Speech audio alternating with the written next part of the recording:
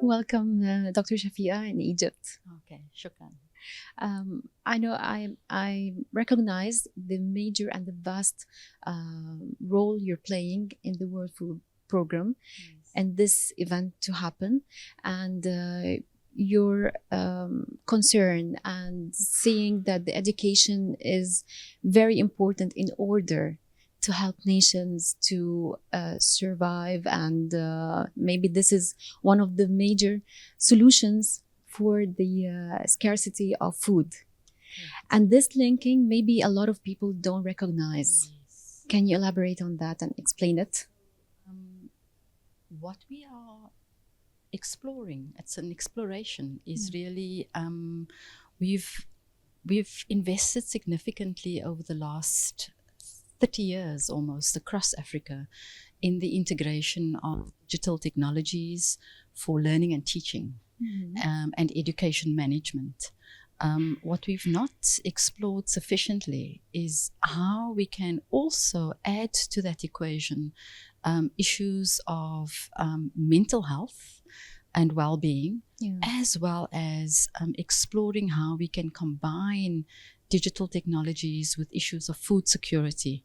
And what that looks like, certainly from the World Food Program perspective and its partnership with the Southern African Development Community, is that we are, for example, exploring how can we establish food gardens in the schools, working with the natural ecosystems, growing seeds, integrating that into biology lessons so that it is all integrated, and that in growing food gardens, bringing in agricultural techniques, that can be linked to strategies around food security.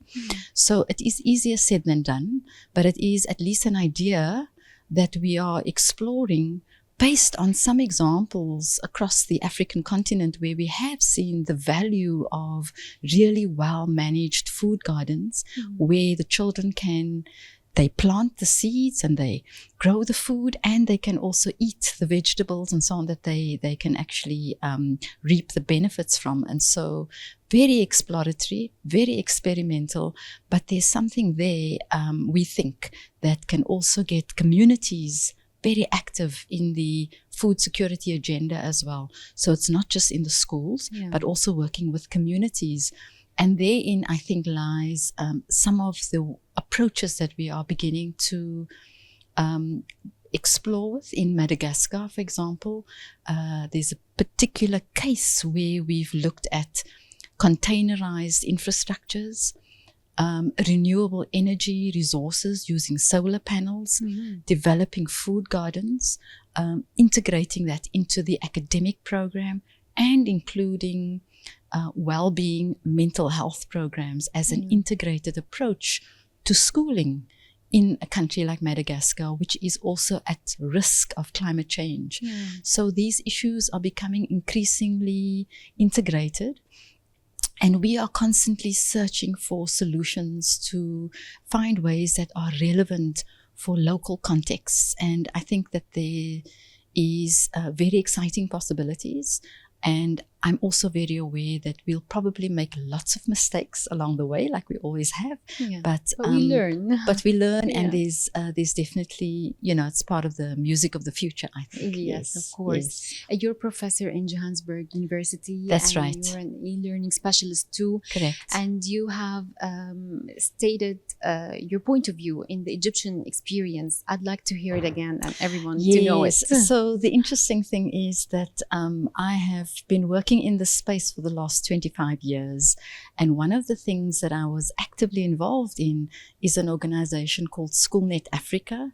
And we had a very strong base in Egypt. Okay. So I've been to Egypt a few times, and we made very strong connections to what the good practices in Egypt and leveraging from that also experiences in the rest of the African continent. And we've had some huge successes that we are wanting to leverage. And so my experience has been very limited, but what we are most excited about is I think that we can learn from the way Egypt has proceeded with building strong capabilities within your Ministry of Education, and how you've been able to manage large numbers of players in the ecosystem, particularly the private sector. So that's been extremely encouraging, because we've always had challenges with vendors wanting to control the narrative.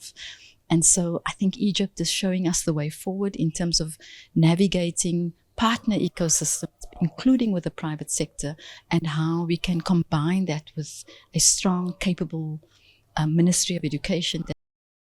شوف الحلقة كاملة من خلال تطبيق مدرستنا بلس.